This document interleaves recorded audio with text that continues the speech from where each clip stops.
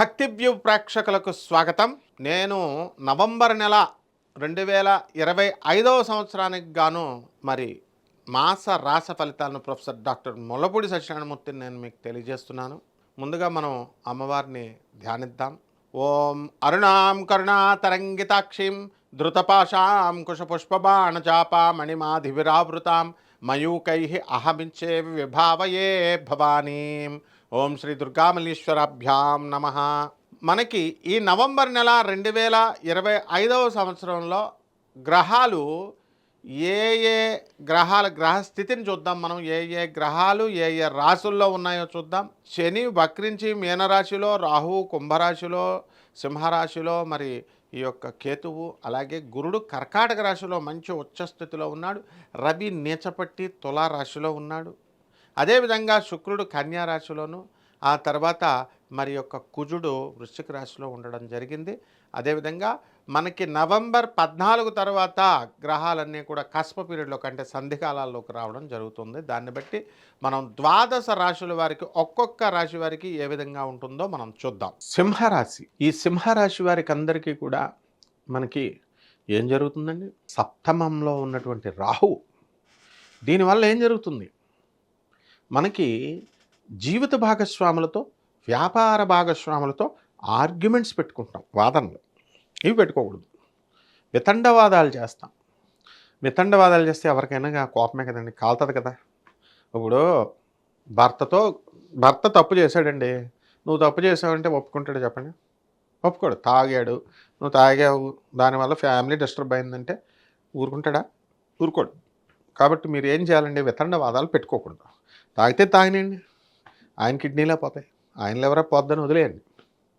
తెలుసుకుంటాడు, ఒక చిన్న దెబ్బ కొడుతుంది ఆరోగ్యం, అప్పుడు ఆయన మారుతాడు. కాబట్టి ఇలాంటి చిన్న చిన్న విషయాల కోసం మీరు దెబ్బలాటలు పెట్టుకోవద్దు. దెబ్బలాటలు పెట్టుకునేటటువంటి కాలం ఇది సింహరాశి వారికి. ఆదాయాలు చాలా బాగున్నాయి. చాలు, మీకు ఇంకా ఆదాయాలు బాగుంటే ఇంకేముందండి? పాపం ఉద్యోగం లేనివాడు లేక బాధపడుతున్నాడు. మీకు డబ్బులు ఉండి మీరు బాధపడితే ఎలా చెప్పండి? లేనోడు ఏమైపోవాలి చెప్పండి? పాపం ఎక్కువ జీతగాళ్ళు మీరు 5 లక్షలు 10 లక్షలు అమెరికాలో, లండన్లో, మరి మీకు అప్పుల బాధలు అయితే 10,000 రూపాయలు చిన్న జీతగాళ్ళు, పేదవాళ్ళు, వాళ్ళ పరిస్థితి ఏంటి చెప్పండి మరి. కాబట్టి ఈ యొక్క సొసైటీలో మీరంతా కూడా ఒక లైఫ్ స్టైల్ మార్చేశారు.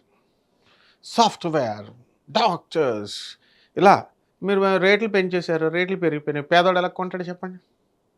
కాబట్టి మీరంతా కూడా వితండవాదాలు చేయకుండా చక్కగా ఆదాయాలు బాగా పెరిగినాయి, ఖర్చులు చేయండి.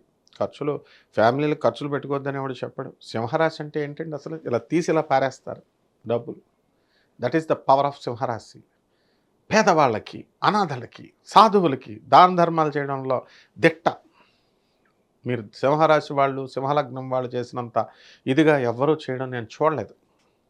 కాబట్టి ఈ రాశి వారికి అందరికీ కూడా మీరు అష్టమ శని ఉన్నాడు కదా, మరి ఈ అష్టమ శని ఏం చేస్తూ ఉంటాడు? దంచవే మేనత్త కూతురా అంటూ దంచుతూ ఉంటాడు. మీరు ఏ పని పెడుతుంటే ఆ పని లేట్. మరి అలాగే ఎవడు బండి దొరికితే ఆడు బండి ఎక్కేద్దామని చెప్పేసి స్టూడెంట్స్ అంతా ఎక్కితే యాక్సిడెంట్లు అయిపోతాయి. ఆడికి కనుక, తోలేవాడికి కనుక, డ్రైవ్ చేసేవాడికి కనుక కుజదోషం ఉంటే. సో ఎంతోమంది స్టూడెంట్స్ పాపం ఈ యొక్క యాక్సిడెంట్లకి ఈ విధంగా గురి కావడానికి అవకాశాలు ఉన్నాయి. కాబట్టి ఈ అష్టమ శనిలో ప్రతి పని కూడా ఆలస్యంగా అవుతుంది, మనశ్శాంతి లేకపోవడం జరుగుతూ ఉంటుంది.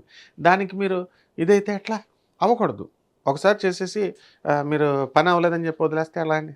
అవదు. మీకు మిమ్మల్ని పంపింది మీ అమ్మ మీ నాన్న ఎందుకు కోసం పంపుతున్నారు? చదువుకోమని పంపుతున్నారు.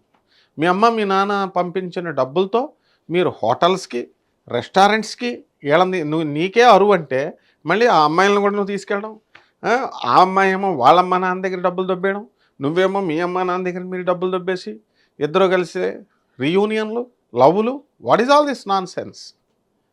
కాబట్టి ఈ సింహరాశి వాళ్ళు ఎట్టి పరిస్థితుల్లో ప్రేమ వ్యవహారాల్లోకి వెళ్తే మనస్తాపం జరగడానికి అవకాశాలు ఉన్నాయి. రూల్స్ ఉంటాయమ్మా, రూల్స్, జ్యోతిషంలో రూల్స్. అష్టమ శని. మరి అదేవిధంగా వ్యయంలో గురుడు ఉన్నాడండి. సూరిటీలు పెట్టేస్తాం, మేము సంతకాలు పెట్టేస్తాం, ఫ్రెండ్స్, ఫ్రెండ్స్ అండి. ఎలాగా ఫ్రెండ్స్ అడిగితే పెట్టకుండా ఉంటే ఎట్లా అండి అని పెడితే కోర్ట్ నోటీసులు వచ్చేస్తాయి అంతే. మొహమాటం ఏముండదు. మీ దగ్గర అప్పు తీసుకునేవాడు డబ్బులు కట్టడు. మీరేదో పాపం సాయం చేయాలని అసలే మీకు ఉదార స్వభావం ఎక్కువ. మీరేదో వ్యాపారం చేసుకుందామని ఓ 2,00,00,000 మీరే అప్పు తెచ్చుకుంటారు. మీ దగ్గర డబ్బులు ఉన్నాయని చెప్పకుండా మీరు ఉండలేరు. మీరు వెళ్ళి వేరే వాళ్ళకి, మీ ఫ్రెండ్స్కి, చుట్టాలకి చెప్పుకుంటారు. వాళ్ళు ఏం చేస్తారు, అసలు ఆ బుద్ధి ఉందా వాళ్ళకి? ఓ 2 నెలల్లో మీరు వ్యాపారం పెట్టుకుంటారని తెలుసు. కానీ ఈలో 2 నెలల లోపల మేము ఇచ్చేస్తామో, లేకపోతే తర్వాత ఇస్తామో, మీకు వడ్డీ పోనీ వడ్డీ ఇస్తే పర్వాలేదు. వడ్డీ కూడా కాకుండా మేము తీసుకొని ఇచ్చేస్తామని చెప్తే మీరు ఎలాగిస్తారు? మీకు అంతకంటే బుద్ధి లేదు. మీరు వాళ్ళు ఇద్దరు కలిసి ఇచ్చేసుకుంటే డబ్బులు రావు టైంకి. దానివల్ల మెంటల్ టెన్షన్ వస్తుంది. ఇదే అష్టమ శని అంటే. దానికి గ్రహాలను ఎలా అంటారు మీరు? కాబట్టి ఈ యొక్క ఈ రాహు ఎప్పటికప్పుడు మిమ్మల్ని ఇబ్బంది పెట్టాలని ట్రై చేస్తూ ఉంటాడు. ఇక ఆరోగ్య పరిస్థితి, ఆరోగ్యం బాగానే ఉంది. మానసిక అశాంతి, పిల్లల పట్ల, పిల్లల గురించి ఎక్కువ ఆలోచన, ఇవన్నీ కూడా జరుగుతూ ఉంటాయి. కాబట్టి ఓవర్ థింకింగ్ చేయకూడదు, గ్రీడీగా ఉండకూడదు. ఏదో ఒకటి చాలు, ఒక పని చేస్తున్నాం చాలు, సంతోషం అని కాన్సన్ట్రేషన్ ఉండాలి. పెద్దవాళ్ళు చెప్పే వినయం, విధేయత, వినే గుణం ఉండాలి. మీ అమ్మ మీ నాన్న మాట వినమంటే వినకపోతే మేమేం చేస్తామని చెప్పండి. ఇంక గురువు మాట ఏమి వింటావు నువ్వు? గురువు మాట వినకపోతే అతపాతాళమే. బలిచక్రవర్తిని తొక్కేసాడంతే విష్ణుమూర్తి వచ్చి భూమిలోకి. ఒక్క తొక్కుడే. అలా మీరు ప్రొఫెసర్లతో గొడవలు, లేకపోతే అతి తెలివితేటలు స్కూల్ మాస్టర్లతో, ప్రొఫెసర్లతో చేస్తే ఊరుకుంటామా? తొక్కుడే తొక్కుడు కిందకి. కాబట్టి ఈ విషయాలు మీరు చాలా జాగ్రత్తగా ఉండాలన్నమాట. స్టూడెంట్సే కాదు, పెద్దవాళ్ళకి కూడా చెప్తున్నాను. మీరు గారాబం పెట్టకూడదు మీరు మీ పిల్లలకి. ఇక పోలీస్ జాబ్లు, ప్రమోషన్స్ కావాలి. ఆనరబుల్ జడ్జెస్ ప్రమోషన్లు కావాలి. తర్వాత రెవెన్యూ, ఇన్కమ్ ట్యాక్స్ డిపార్ట్మెంట్స్లో ఉన్నటువంటి వాళ్ళకి ప్రమోషన్స్ కావాలి. తీరుతాయి మీ కోరికలు, ఎందుకు తీరవు? అండ్ ట్రాన్స్ఫర్స్, మీరు కోరుకున్న చోట్లకి ట్రాన్స్ఫర్స్ రావు. కాబట్టి అప్పులు, మీరు చేసినటువంటి అప్పులు మీరు తీర్చగలుగుతారు, నిజాయితీగా ఉంటారు మీరు. కానీ మీకు ఇచ్చేటటువంటి వాళ్ళు మాత్రం ఎందుకు ఇస్తారు చెప్పండి? కాబట్టి సింహరాశి వాళ్ళు దూరపు ప్రయాణాలు చేయడానికి అవకాశాలు ఉన్నాయి. అండ్ మీ యొక్క తల్లిదండ్రులకి మీరు చక్కగా డబ్బులు పంపుకోవడాలు ఇలాంటివన్నీ చేస్తారు. చేయండి మంచి పనులు, కర్మను క్షయం చేసుకోండి. కొత్త కొత్త ఆలోచనలు ఆలోచిస్తూ ఉంటారు. తర్వాత ఈ యొక్క భక్తి బాగా పెరుగుతుంది. సాయిబాబా భజనలు పెట్టుకున్నారండి, బాగానే ఉంది. ఇంటికి ఒకళ్ళ చొప్పున అమెరికాలో పెట్టుకున్నారు మీరు. ఓ 10 ఇల్లులు పెట్టుకున్నారు, బాగానే ఉంది. భజన చేసుకొని వెళ్ళిపోవాలా. అందులో భజన చేయడానికి వచ్చిన వాళ్ళు మీరు ఏమన్నా గురువులా? వచ్చి ఆ జీవిత చరిత్రలో బాబా ఉన్నట్టు చదివేసి వెళ్ళిపోతే పర్లేదు. మీరు సొంత ఉపన్యాసాలు ఇస్తే, if you give your own interpretations, then how does it work చెప్పండి. గురుస్థానం అనేటటువంటిది కొన్ని ప్రమాణాలు ఉంటాయి, భగవంతుడు నిర్ణయిస్తాడు. We know the psychology of the students, we know the psychology of the people, devotees. ఎందుకు? అతి చిన్న కాలం నుంచి మేమంతా కూడా గురువుల దగ్గర పెరుగుతాం. వాళ్ళు ఎలా డీల్ చేయాలి, వాళ్ళ బాధలు ఎలా ఉంటాయి, ఆ సహనం అదంతా టీచర్స్కి ఉంటాయి. టీచింగ్ వృత్తిలో లేనటువంటి వాళ్ళు మీరంతా కూడా ఎలా గురువులు అవుతారు చెప్పండి? How do you know the psychology?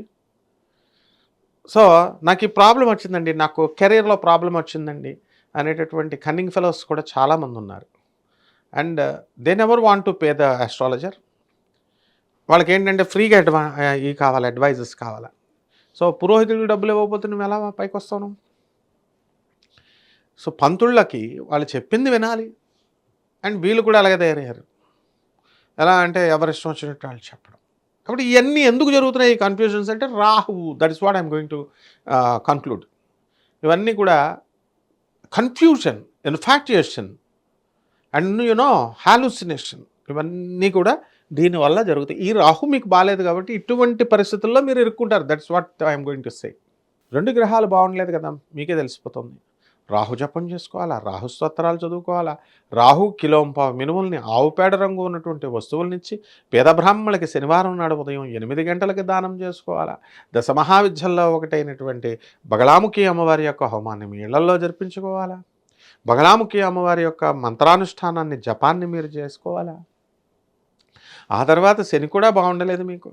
కాబట్టి శని జపం చేయాలా, శని స్తోత్రాలు చదవాలా, శనికి కిలోంపావు నల్ల నువ్వుల్ని, నల్లని వస్త్రాలని పేద బ్రాహ్మణుడికి శనివారం నాడు ఉదయం 8 గంటల 5 నిమిషాలకు దానం చేయాలా. అలాగే శనీశ్వరుడికి తైలాభిషేకం చేస్తూ వెళ్తారు. మరి ఇలాంటివన్నీ కూడా చేసి చక్కగా శనీశ్వరుని ఓం శనైశ్చరాయ నమః అంటూ మీరు జపం చేసుకుంటే, అలాగే రావి చెట్టు చుట్టూ మంచిగా నీళ్లు పోయండి. ఉత్తుత్తి ప్రదక్షిణలు చేస్తారు. ఎందుకండి? ఇంటికొచ్చినోడికి కాఫీ ఇవ్వాలి కదా!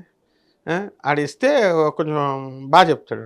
ఇంటికి వచ్చినోడికి కాఫీ ఇవ్వకుండా కూర్చోపెట్టి ఆడింటికెళ్ళి నువ్వు కాఫీ తాగేసి వచ్చేస్తే ఎలా ఉంటుంది? అలా నువ్వు రావి చెట్టుకి నీళ్లు పోయాలి. ప్రదక్షిణలు ఉత్తుత్తి ప్రదక్షిణలు, నీ ప్రదక్షిణ అవసరమా రావి చెట్టుకి? సో, రావి చెట్టు చుట్టూ ప్రదక్షిణలు చేయండి, నీళ్లు పోయండి ఫస్ట్. ఆ రావి చెట్టుకి చుట్టూ ఓం శనైశ్చరాయ నమః, ఓం రాహవే నమః అంటూ చేయండి. చూసుకోండి మీ జాతకం నవంబర్ నెల ఎలా ఉంటుందో. శుభమస్తు.